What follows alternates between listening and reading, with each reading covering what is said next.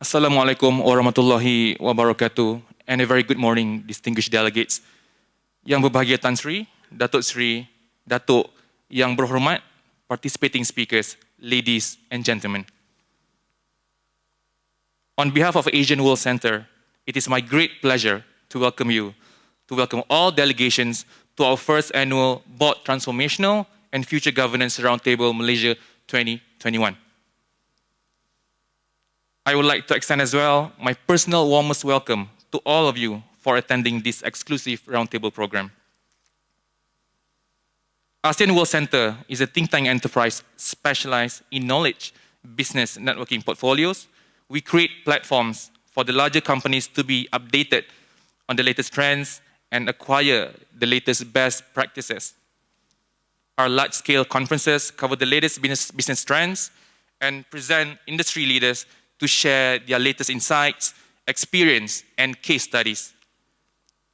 These events are conducted in major Asian, Middle East, African cities such as Singapore, Hong Kong, Kuala Lumpur, Bangkok, Shanghai, Jakarta, Dubai, Abu Dhabi, and Johannesburg. Our growth rides on the increasingly knowledge-driven and globalized economy. As the world's economy and business environment become more connected, businesses are subjected to greater competition. On the bright side, there are more opportunities as well. The key to survival and growth is continuous innovation to create new competitive advantages. The keys to continuous innovation are knowledge acquisitions and business network. And this is Asian World Center's business, and we aim to be the most recognized brand globally in the provision of senior exec master classes and conference. Distinguished delegates, ladies and gentlemen, with the event tagline of Igniting Intelligence and Smart Governance, this avant-garde roundtable program aims to provide the insights to deliver value amidst uncertainty among the decision-making community throughout this challenging period of time. The program targets to equip board members and CEOs with insights to unleash the leadership potentials and grasp effective skills for personal development and organizational growth. Focusing on global strategy, leadership and economic changes towards responding to today's challenges.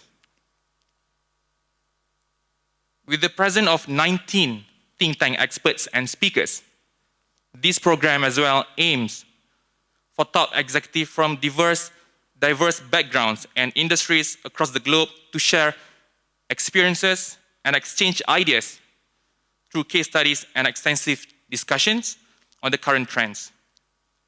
This by invitation only event also delves into strategic management concepts such as adapting and handling changes and establishing goal-oriented and innovative approaches in becoming a successful leader. Quoting from Mark Goider of Tomorrow's Company, governance and leadership are the yin and yang of a successful organization. If you have leadership without governance, you risk tyranny, fraud, and personal fiefdoms. If you have governance without leadership, you risk atrophy, bureaucracy, and indifference. Such a deep, thoughtful quote indeed. As technological innovation and digital advances become increasingly crucial in driving a connected global economy, and enterprises globally are facing an increasing pressure from the COVID-19 pandemic situation, the role of BOD, or Board of Directors, has deepened and increasingly called upon to fill expanded leadership roles. Over the past decade, the traditional role of the BODs has changed dramatically, with the stakeholders demanding much more from the function. New developments in technology and innovation, the changing in political scenario, economic, commercial environment, and public health have created challenges as well as opportunities for all the BODs. Amidst the changes and disruptions, organizations have to stay competitive, and BODs are key to the success of their organizations. Once again, ladies and gentlemen, welcome to the Board Transformational and Future Governance Roundtable 2021. Without further ado, I would like to share with the audience via the screen up here on a special keynote address by Yang Amat Berbahagia Tun Dr. Mahathir Mohamad, our former Prime Minister of Malaysia, and to officiate the event. Thank you. Yes, ladies and gentlemen. First of all, I would like to thank the organizers for inviting me to speak and launch the Board Transformational and Future Governance Roundtable 2021. It is indeed an honor to be given the opportunity to share some thoughts with everyone present. And indeed, the topic of good governance, transforming it and making it relevant and effective for the future is much more crucial as we rapidly move forward, embracing all the disruptive technologies that underpin the Industry 4.0. While liability to keep abreast with these new technologies and digitalization will render our corporations ineffective and irrelevant, the inability to establish good governance amidst these changes will expose us to irregularities and mismanagement. Against this, some of our corporations and industries are struggling to regain their footing following the devastating and debilitating impact of the pandemic that at times good governance may take a backseat. Ladies and gentlemen, I will not belabor over what constitutes good governance for corporations, organizations, and companies, as I am sure I am in the presence of personalities who are experts and ahead in such subjects. And I am sure all are aware of how governance frameworks can often be overlooked despite being the bedrock of how an organization is governed and that they are designed towards effective boards, transparency around roles and responsibilities, accountability to and engagement with stakeholders, and driving sustainable business practices. But as it had always been said, the best system and practices will only yield the best result when you have the right and proper people handling them. And that takes us to our own experience and how bad and poor corporate governance led us into the economic and political tailspin we are in today. Ladies and gentlemen, when we speak of good governance in Malaysia, we cannot but continue to revisit the 1MDB, the scandal that not only shook our nation to the core, but sent shockwaves all over the world. It earned us the infamy of being the biggest kleptocracy the world had ever witnessed, and international media mocked us of having, in their words, a plundering idiot and a man of steel. That steel is spelled with an A, to put his hands into the cookie jar. While the matter is now being tried in the courts of law, the loot that has been plundered is only trickling back, and chances are the bulk of it will never be regained. In place, we are saddled with a multi-billion ringgit debt that servicing the interest alone will cost us billions. All these had occurred despite the existence of tight corporate laws and regulations, which had all these years been put in place to ensure good corporate governance. In fact, Malaysia had, over the years, incorporated new laws and regulations to drive forward our efforts for transparency and accountability defended by integrity. But obviously, despite all these rules and regulations being put in place and by any standards, red flags should have fluttered all over the place, even from the beginning when the 1MDB unfurled. But they didn't. If they did, they were ignored, and eventually it was finally exposed and taken to task through political acts and efforts. In other words, corporate governance was insufficient and ineffective to curb the 1MDB. Imagine if the political efforts had failed, the 1MDB would continue to be swept under the carpet in Malaysia. At the same time, in the rest of the world, corporations, including big names like Goldman Sachs, were implicated and fined. The more than a century-old BSI Bank of Switzerland was forced to close down after being linked with the 1MDB. Individuals linked to it are tried, fined, and incarcerated abroad. To my mind, this horror story is best summed up by the fact that the brother of the culprit wrote in a book that he too was not spared from being harassed and his movements being literally watched by Big Brother for attempting to question the 1MDB scandal. The 1MDB scandal is far from over, despite the political triumph that allowed for it to be tried and placed in public scrutiny. As it is, the leading crooks that masterminded the 1MDB have yet to fully pay the price for their transgressions. One is in hiding and probably using the ill-gotten wealth to ensure his freedom.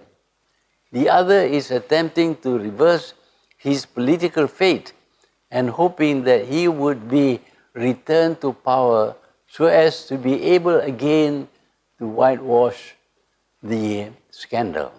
Ladies and gentlemen, the 1MDB, like any other major financial scandals we have witnessed in the past, be it Enron, corporate fraud, the collapse of Barings by a rogue trader, or the bankruptcy of Lehman Brothers from the subprime crisis, these few examples had impacted not only the corporate sectors, but some even placed governments and nations in crisis.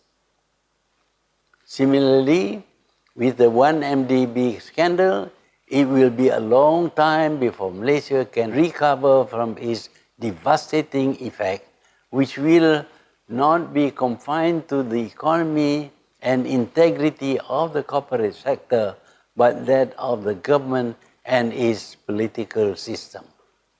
One of the first things that the new government attempted to do after toppling the 1MDB tainted government was to introduce firmer and anti-corruption measures and rehabilitate aspects of integrity, accountability, and transparency.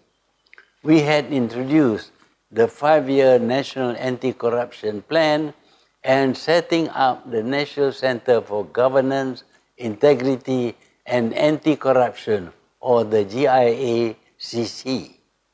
They were our commitments to stop corruption, which we had by then accepted as the root of all these problems.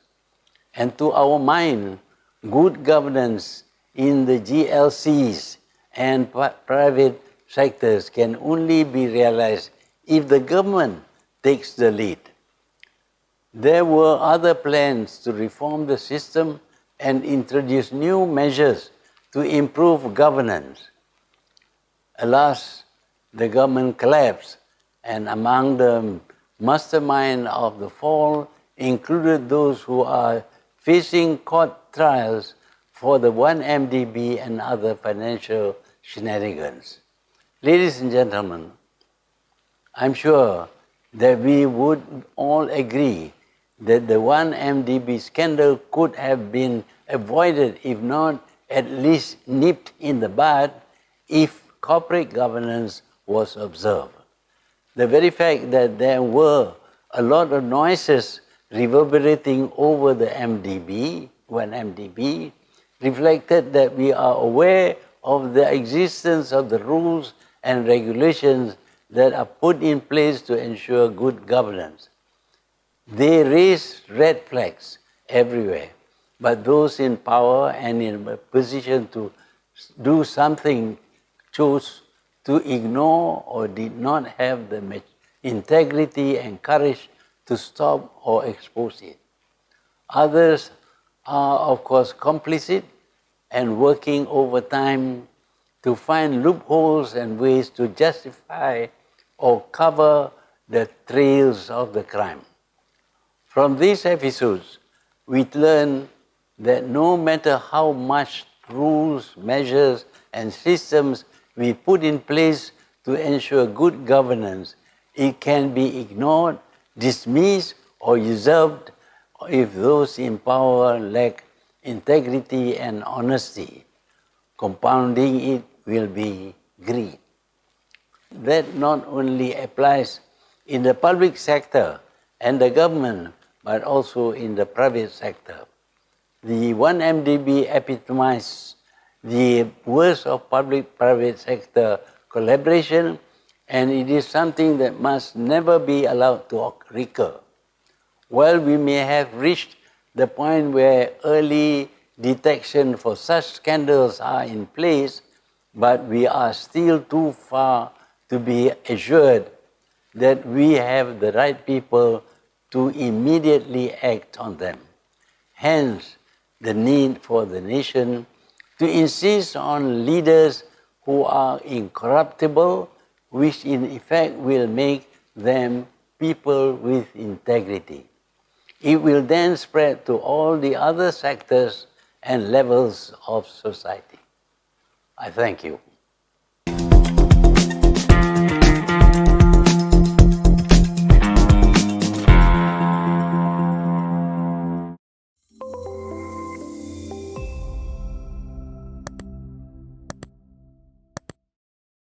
And now, ladies and gentlemen, without further ado, I would like to start off with our first panel discussions with the topic of navigating the financial storm, framing the post-crisis strategy. This topic we'll be talking about strengthening preparedness and resilience to crisis, systemic shock and failures, enhancing government systems, crucial performance, growth, and long-term survival of organizations. And now, ladies and gentlemen, I would like to call upon our panelists. Yang berbahagia Datuk Syamsul Bahrain Ismail Mat Tom, the Group CEO of Big Blue Berhad. Yang berusaha Puan Nur Zaitun Sanusi, the Chief Executive Officer from Specialist Center. And of course, last but not least, to our moderator yang berusaha, Encik Nizal Muhammad, the founder of Nizal & Co. Ladies and gentlemen.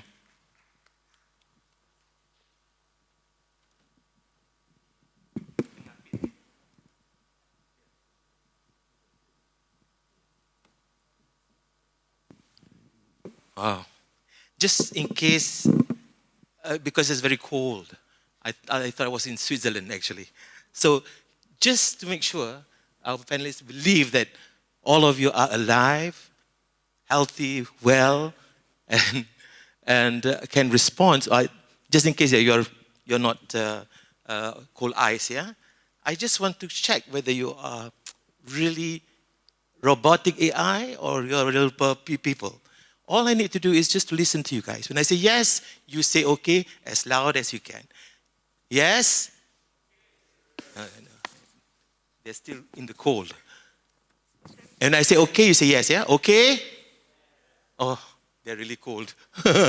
So, organizer, can you just cool down get the aircon a bit slower? Right. Okay.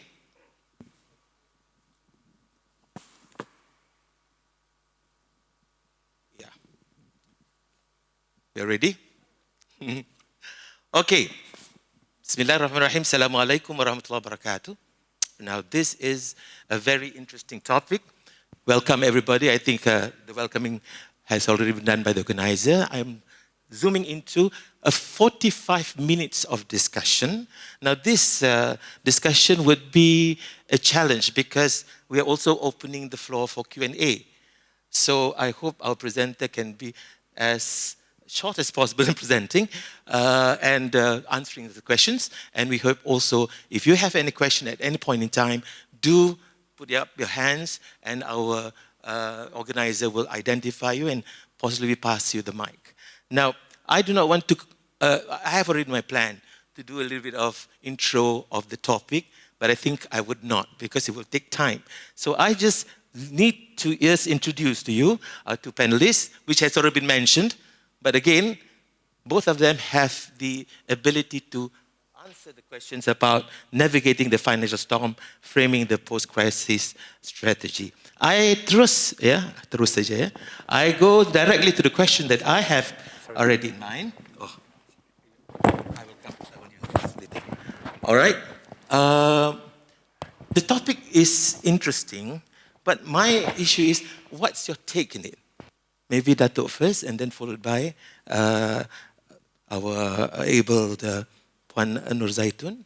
Datuk, the question is, what is your take on this topic of navigating the financial storm, framing the post-crisis strategy?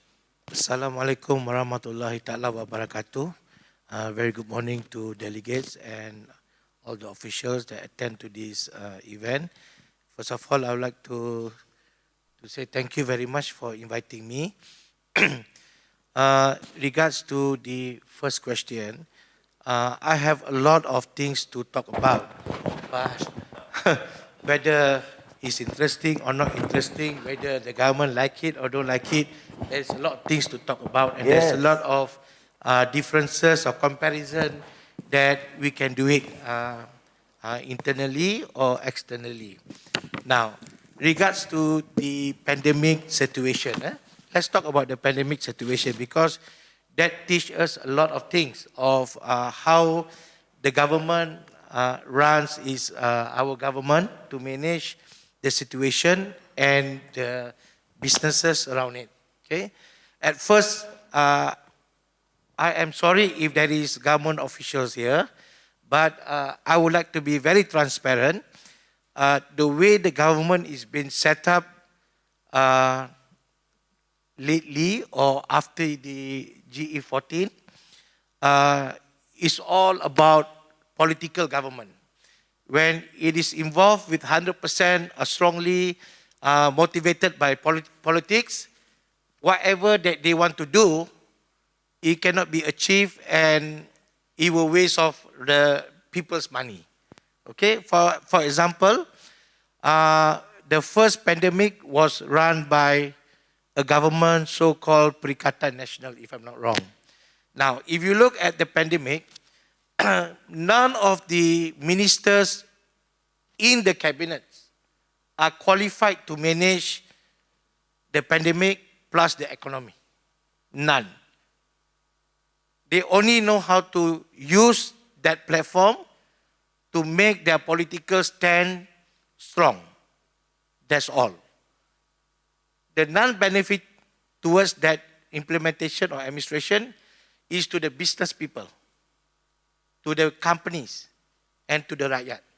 So when that happened, whatever the commercial aspect is trying to move on, it cannot be moved on. It cannot be moved on.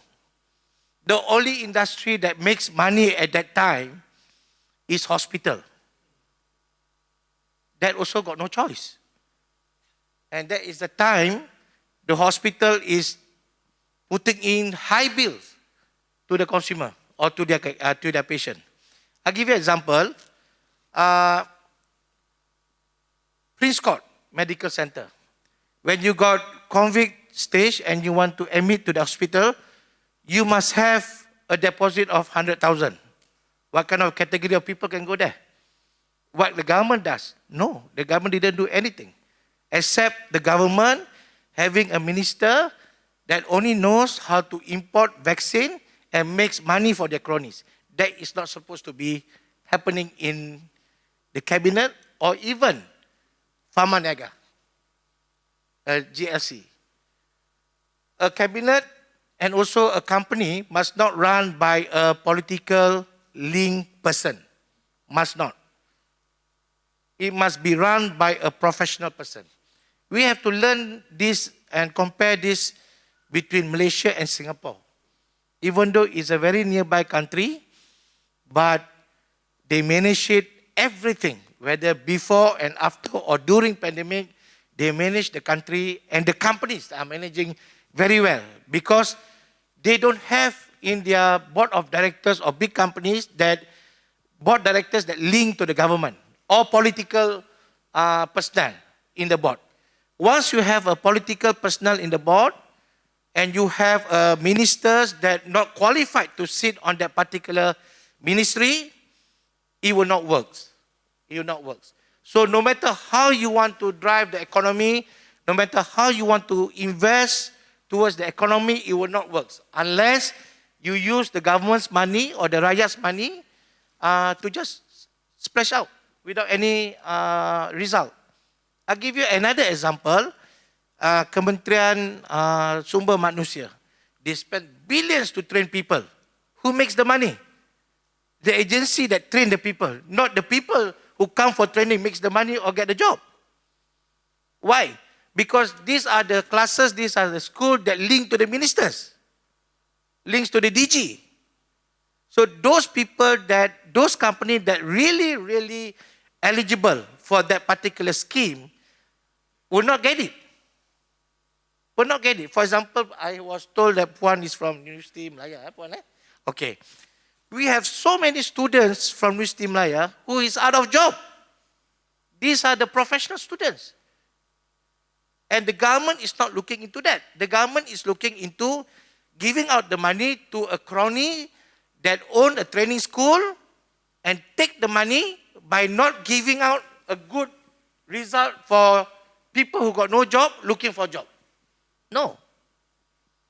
So these have to be changed, and the board of directors has to be changed. The best method to take as a model to be success is Petronas. Second, University Malaya, or the universities that link to under the government. They are operating individually, independently, without any political involvement. So these are the organization that we have to take it as our model. In terms of the private sector, during the pandemic, none of the private sectors in Malaysia are truly private sectors that provide infrastructure, that are able to provide jobs, are able to create economy, are not being helped and assisted by the government. Because of what? Again, these are the company are not linked to the ministers. These are the company are not linked to the official of the government. So these have to be changed. If we want to move forward, to have a better governance, we have to follow I like to follow this model of Petronas. They are very transparent. They are not politically linked or involved in making decisions. You know, they promote internal people, internal staff that has qualification, has experience. And these are the people that are not interested in politics, not interested in taking out money, not interested in making decisions that will ruin the company. Now, the best thing that Dato has mentioned is both the reference, Petronas and University Malaya, is a government linked, but they're successful. Meaning to say, it is a successful formula. The point is you have the right person for the job, and the mind setting or the strategy is not to be too governed by the so-called lawmakers, Yes. right? That's your Yes. point. Yes. Now, your experience doing that, you are there. He has mentioned, this like out loud. So, what's your take on it? That point. Assalamualaikum and a very good morning. I think if I link back to the title itself, it's about the financial storm.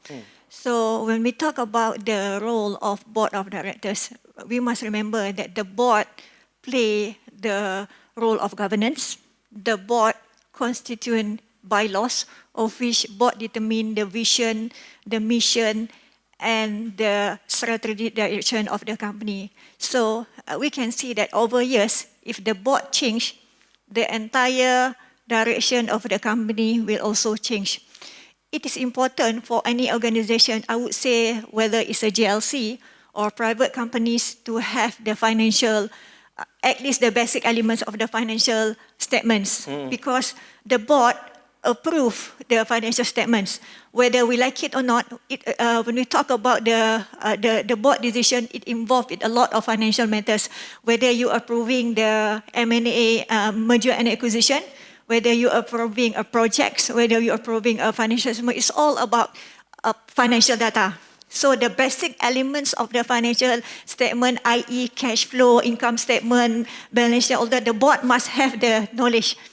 Because from there, it will determine the long-term and short-term in terms of the direction of the company. But when, if I quote back with what Dato have mentioned just now, I believe that in some organization, if we relate back to what the opening speech by Tun just now, where he spoke about the 1MDB, so it revolves around when the chairman and the CEO is the same person. Mm-hmm. Ideally, in Malaysia, there is no enforcement yet that it has to be a separate roles. But we can see that, like CEO is the head of the board of directors, whereby CEO is the head of the senior executive team. CEO report to the chairman of the board of directors. So how can it be the same person? You advise yourself. Yeah.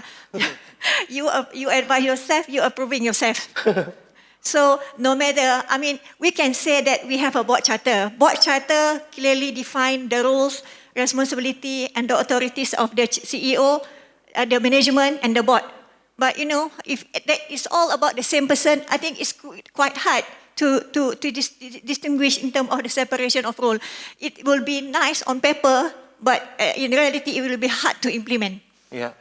Dato, look at, if you guys have any question, please put up your hands and we'll pass you the microphone. You can shoot in.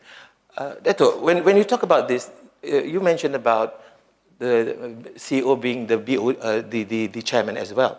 But there are cases where we have the board and when you face with post-crisis, especially when you talk about finance, can we distinctly define the role that would be the best that can be done to ensure an effective approach? Because what should be the role played by the board and what will be the role played by the management? Because sometimes because of the chairman and the CEO is the same, sometimes the problem is that there's a fuzzy line between them. So to help our corporate, private sectors especially, and even the GLCs, how do you go about, especially the new upcoming companies, how do you go about differentiating between the role of the management and the board when it comes to post-crisis? First of all, when you want to appoint the board members, this is my view. When you want to appoint the board members, you must know exactly the person that you want to appoint in the board or on the board are qualified or not. They knows about the industry that you are going to be in or not. That is the most important. But if you're going to employ somebody that lost election just because he's close to prime minister and you put him on the board, it will not work no matter what you say. Because this person will come with coat, with bow, with tie, with expensive Mercedes, with expensive bodyguard, with expensive driver, and the company has to maintain. But this person will not be able to give a direction to the CEO, neither to the management, what direction the company should go. They will not be able. I give example, some of our local banks. Don't need local banks. Let's talk about Proton. Yeah. Okay, let's talk about Proton. Where do Proton go now? You look at China. All the big companies that manufacture, produce cars, they bought over BMW, they bought over Jaguar, they bought over Volkswagen. Why they buy? Because they want to learn. The board have instructed them to learn how to develop the technology. Proton by now should go beyond that, beyond what they are today. We should not sell Proton to China. But Proton is being made as a political platform for the political members to make their money. So at the end, who lose?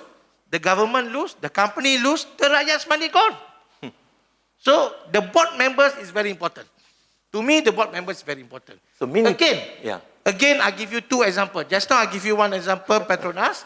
Now I give you one more example, University Malaya. Yeah. You look at University Malaya, the board members, the committee. The CEO, I think the Puan also don't make the decision. They have to go through a board or to go through a committee. But board and committee are separate. They are not linked to the government.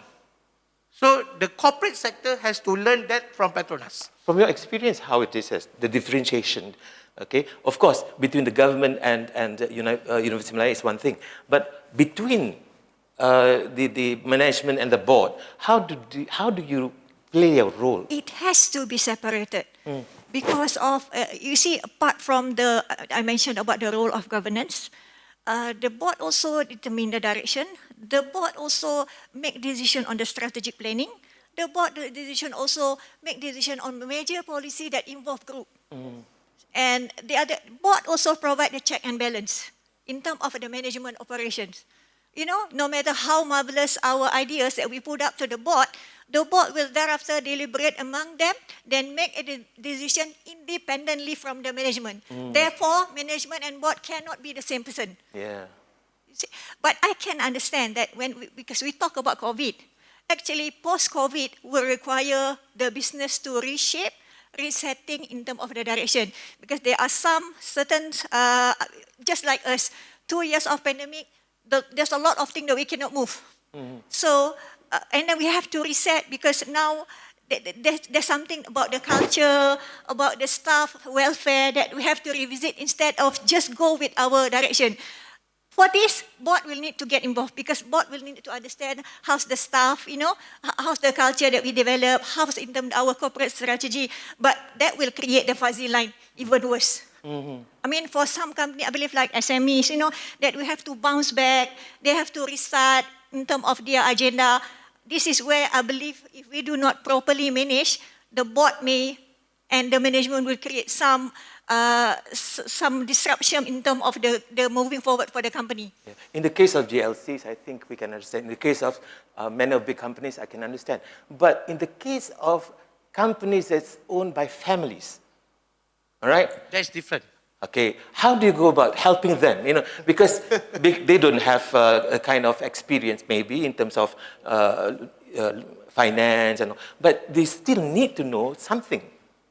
But if a family runs company, they are working within the company, within the family. It's different. They are not prepared to go for corporate. They are not prepared to go for listing or things like that. Unless they are prepared to go for listing if their children are still young. You understand? Huh? There's two factors. If you go for family business, if their children are too young, then it's different operating. If their children are graduated and after PhD, blah, blah, blah, blah, that's different. That the children will say, Daddy, why you go give other people? I can manage for you. Yeah. You see the difference or not? I like what Puan says about the board must have an idea of how to plan the strategy, things like that, you know. How to plan the strategy if the board is politician? How? I pity with Afin. Afin sitting one table with me, Afin Bank. I pity with Afin Bank because Afin Bank can grow big. Afin Bank can grow big.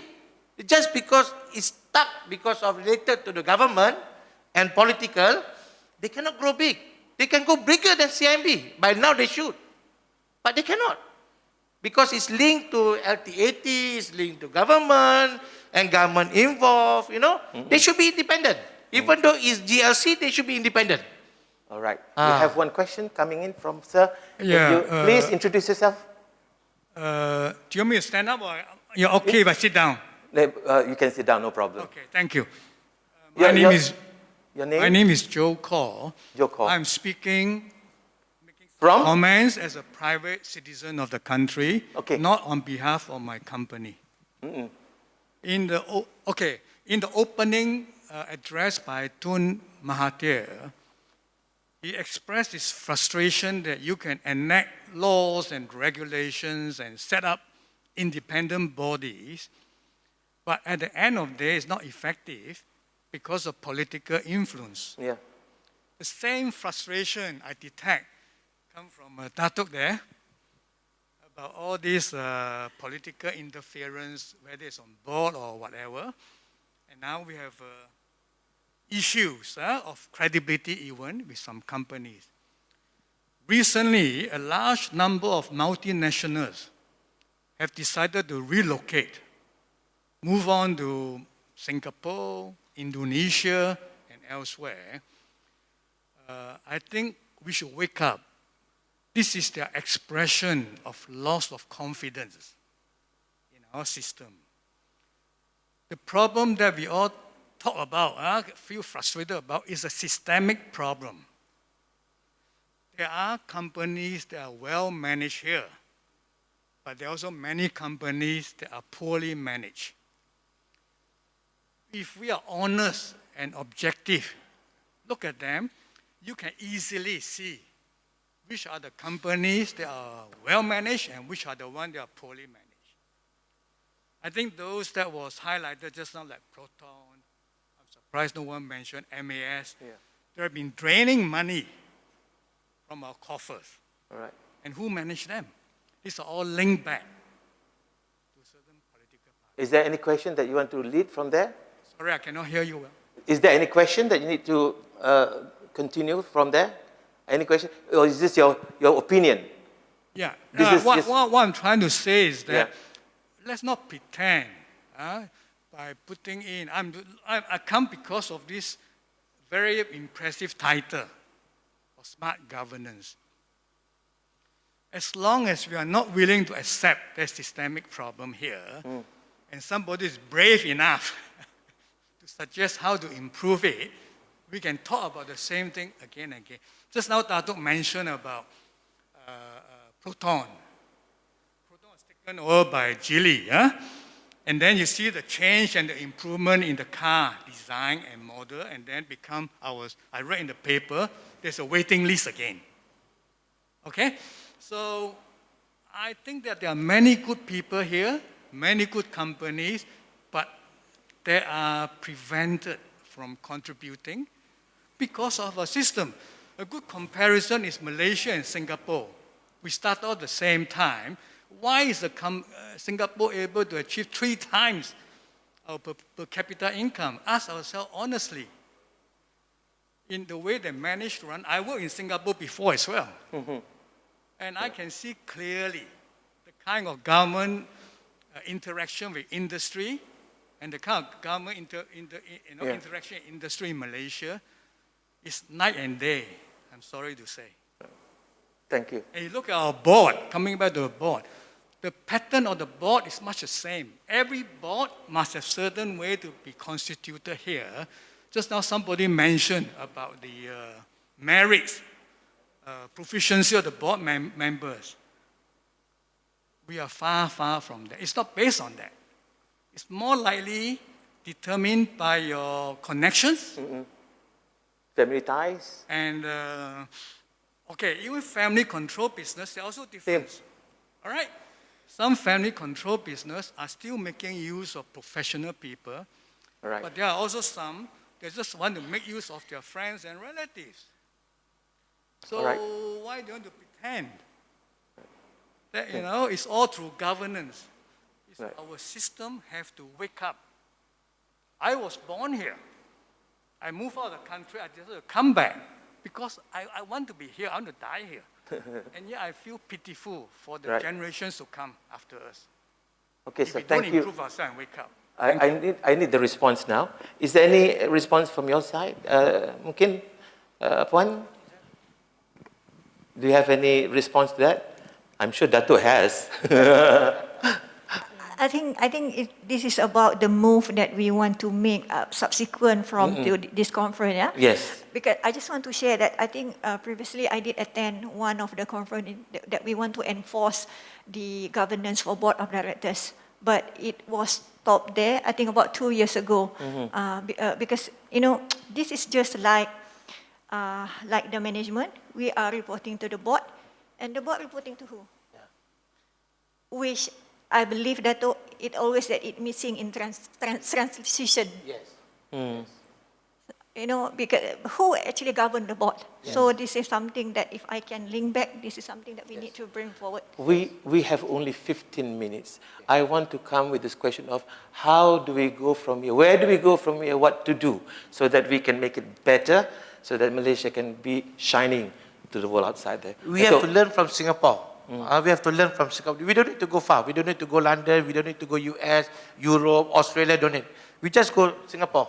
Small island, small country, used to be part of Malaysia. Okay. Politics remain politics. Should not be involved in the board of private companies.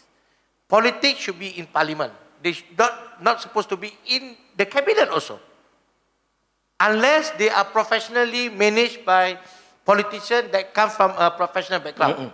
Okay? For example, if one is an expert doctor, specialist doctors, so one can be appointed as a senator or whatever to run the board for Ministry of Health. Rather than you take other qualification person to run the Ministry of Health. Cannot. It won't work. It won't work. Just imagine if I am, you see, just to share a little bit to the delegates and you, Big Blue own original business, core business. We are the founder of the Blue Taxi in the whole of Malaysia. We own 85,000 fleet. All the Blue Taxi you saw on the road is all ours. We manage the Twin Tower, Petronas. We manage KLIA, all the airports, and the new one, TRX. Okay? Now, if I'm going to get politician to be on my board, I already died 10 years ago. Why? Because I got to pay their hospital bill, I got to pay their jacket, I got to pay their tie, I got to pay their driver, I got to pay their bodyguard, I got to pay their S-Class Mercedes or BMW, but not doing anything. Because they're politicians. So to move forward, companies has to employ or to appoint private professional personnel to run the board. And the board should not be attached only to the board. Means the board should not be a board to make the decision. On top of the board, you should have, for example, trustee. For example, trustee, board of trustee. Board of trustee have to do a final audit to say, yes, can go or not. But the trustee also must make sure no politician inside there. So that is the way to move forward. Right. That's the only way. So I echo with that because as I mentioned, there should be a higher body that supervise the board. Yes. Yeah. Otherwise, it will just like losing. The thing is that some of the board, and we're talking about if you want to change, we need to change. We're getting the professional people on board. But say, for example, the change will take some time. Within that time, we still have the old members of the board are still around. All right? And they are not exposed or they are not well versed in certain areas. Now, I like the idea that you mentioned just now. The board should be trained. Yes. All right. So what kind of training should be The about be board should given? not be trained. The board should not be trained. Because when you want to appoint a director on your company, They should on be your already board, well they equipped. should know what they are supposed to focus on. I see. They should be a person that capable to run. For example, I want to open a hospital, for example. On my board, I should have one accountant and one auditor, and one legal. Okay, legal should not be from politics. Auditor should not be from politics. Accountant should not be on politics. For example, you appoint Ernst & Young on the board. This is different, you know. And then you have the rest of the doctors on the board. So what are their specialists? You know, you don't run the bank and you put doctors on the bank. You cannot. You know, you don't run a transport company and then you put doctors on the transport company. You cannot. You know, Right. you cannot. Right. So you must make sure that whoever that you appoint on the board, they know what the company is doing and how they want to improve the development of the business of the company. Right. When you improve the development of the business, the board improve it and give a strong, clear direction, and with the good result, automatically the management will work. Automatic. Puan? I think the part that Dato' mentioned about you, who is you Yeah. to hire the right board of directors with the right knowledge? I mean, whether you are a financial background, you are a legal background, because I believe that, just to be honest, that some of us here, that in terms of the composition of our board, for some, yes, they are from diverse background, but there are some that, I mean, from the same background, which actually that is not an ideal board composition. But the fact is, the one that we hire must be the right person to sit in the board. So the you has to be determined. Who is you? Whether it's a political affiliation, whether it's someone at the good position to hire the right board members. So we need to determine the you. I remember this case where I have a friend of mine who was before the general manager of a subsidiary of Tenaga National. Now he was explaining to me every day he has to meet the chairman who was appointed politically. There, we has no understanding of what Tenaga is all about. He knows about Tenaga Batin, but apart from that, he doesn't know anything. And he has to explain from A to Z what is Tenaga every day, and he is the general manager running the company, and he needs to be doing all those small things. Now, this is where, when you get the wrong people for the job, that's the problem.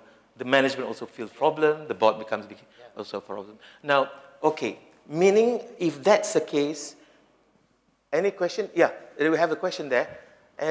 Microphone? Yeah.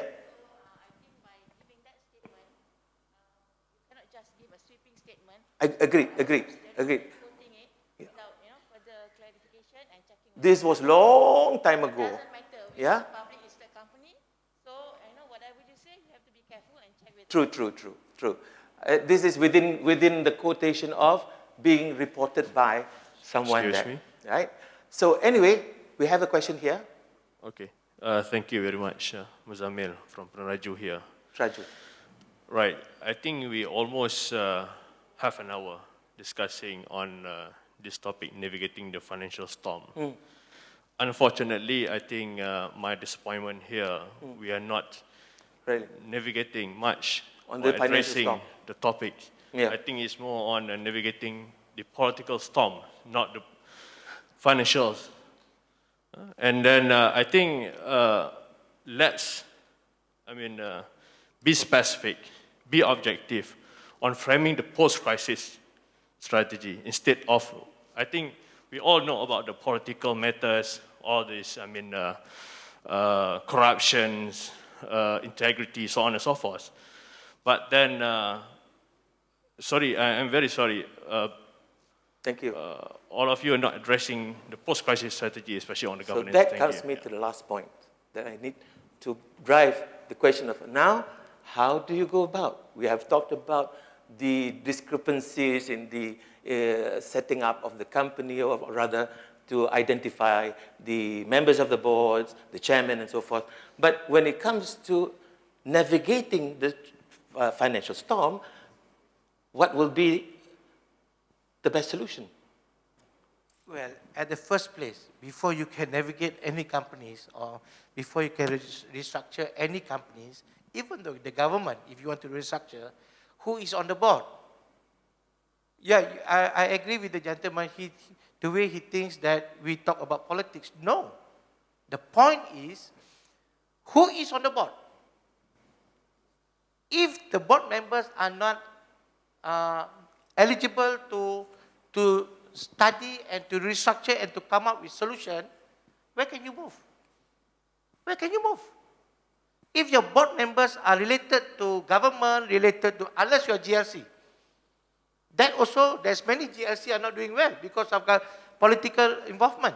So what we're trying to say here, what I'm trying to say is to navigate whatever problem that we're facing today, first of all, who's the CEO? Who's the chairman? Who's the board members? Can the board members come up with a strategy? When the CEO present to the board, how the way to move forward, how to restructure the movement, how to improve the situation, or to come up with an idea how to come up from the problems. If the board cannot accept or the board cannot understand how to move forward, you cannot move forward. So the key personal person on the board is very important. When Puan presents his case or her case to the board must understand what Puan tried to do. If the board don't understand what Puan tried to restructure back the management team or the move forward of the business, how she wants to move forward? If the board don't understand, how do you move forward with the company restructuring or direction or giving new ideas to move forward? No, you cannot. Unless the board says, okay, you Akau, you Ali, you Mutusami, whoever you are, you're the CEO, okay, you do it yourself lah. We just follow you. Right. That I cannot answer lah. Can I ask a question, please? Yeah, please. Yes. Sini. Yeah. Okay. Sorry. My name is Burhanuddin. My company is Terengganu Incorporated. Felt like exactly what being mentioned here is about politicians on the board, which is happening in my company as we are a Terengganu State GLC. Yes. I don't have any problem with it. I'm feeling that the panelist is kind of like trying to say that everything is bad about the company being staff or the board is actually all politicians. I have like half maybe. I have so many politicians on my board. But I think maybe if I can share, it's not all that bad. Yeah. They do help us one way or another. And not everybody is corrupt. But the problem with the discussion here is that the impression is that everybody is doing a bad job. It's not. I think we should be able to look at it positively. And if you notice that SC come up with so many things already, like women directors, politicians shouldn't be on board. But I think as a management, we actually have to work towards it. And I think none of the decisions inside at least in my company, is all political based. You know? We're still generating profits, we're still paying dividends. So I'm just saying that we do not, like I said, the gentleman said about, we are not addressing any issues about financial impact of the COVID. So I think we didn't learn anything from this session, I'm sorry to say. Thank you very much. But the overgeneralization is not right. It's not right to overgeneralize. Okay, I think if you even speak to Khazanah, you know, the management has the say to do things, of course, with the deliberation with the board. So I'm sorry, but I think. Thank you very much. Thank you very much. Thank you very much. Last words from that one. Actually, I have the last part of this. Actually, the board, I believe that because of the COVID, the business has changed, and the business has to be reshaped and some could be revamped, some could reinvent, of which what the board can do in terms of there are three ways that the board can do. The first one actually, in order to embrace the technology and digitalization, the first one is leveraging in terms of the board operation. This is something very future. This is something that post-effective the board can do in terms of the handling the post-crisis strategy.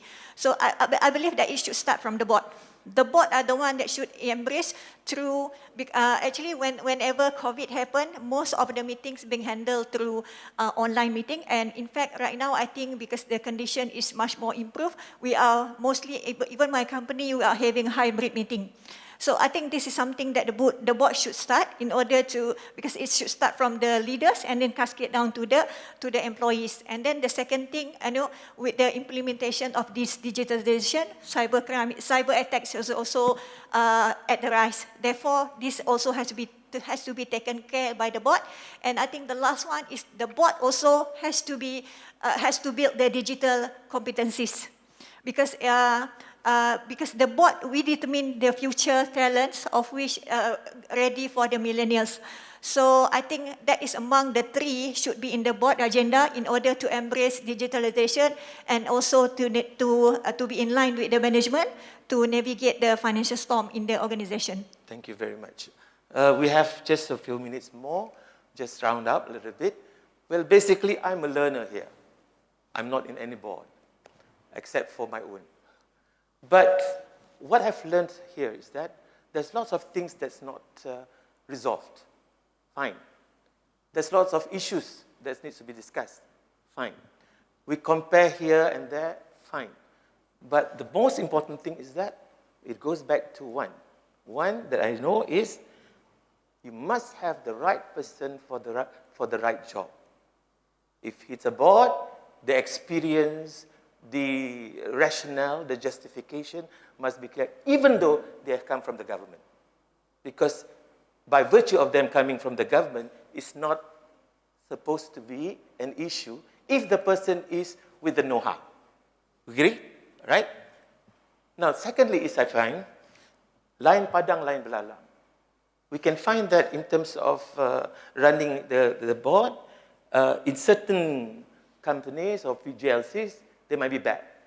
But as mentioned by our friend there from Terengganu, they have not experienced the same. So therefore, we need to, shall we say, be fair, give credit to those who are giving credit to those who did the job right, but not, of course, to agree that some of the things that some people done in another place will be bad. But whatever it is, we agree that we have not resolved the issue of financial storm. I would like to say something in regards to the company from Terengganu. One last minute, yeah? From the Terengganu. He says that his company is doing very well, manage it very well, and the board members has got no problem between professional and politician in the government, in the company, whatever. Well, I would like to say congratulations to you, because your company is being managed well by the board directors. But the issue that you have brought up here is, how do a company or a government governize the board members? So, what I'm trying to say, if his company or the Terengganu company is doing very well with the good board members, you should not change. You should continue. We should learn from it. Yes, rather. people got to learn from him, like Petronas. I've given a model of Petronas. We should learn. You know, I'm saying it's about those companies who has board members with a political involvement who is not running very well and cannot do anything with the company. Right. So that's what we're trying to say. That's the footnote. Can I add on two quick comments? Just 1 minute. It's 30 seconds. Number one is that we should not, as the gentleman over there say, we should not generalize. Right.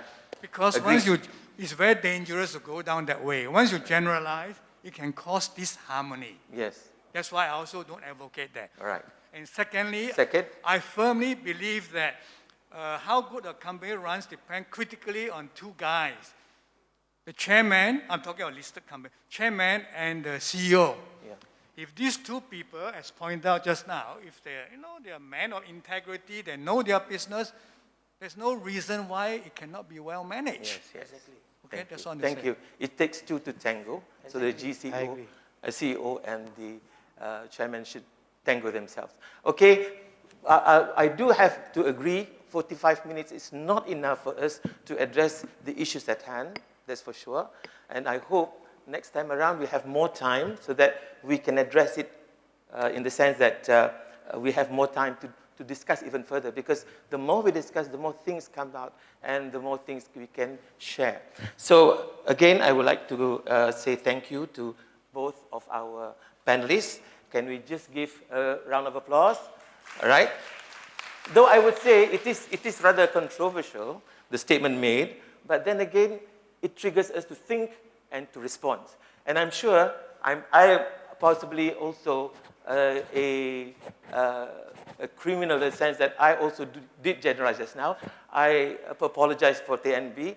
It's a hearsay, possibly, from that person that I know.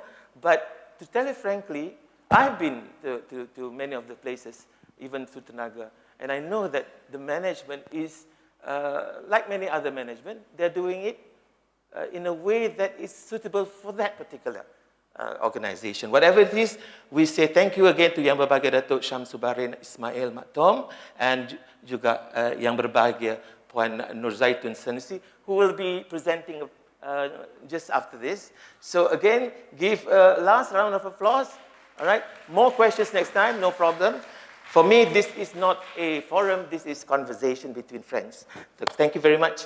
I now hand it over to Firdaus.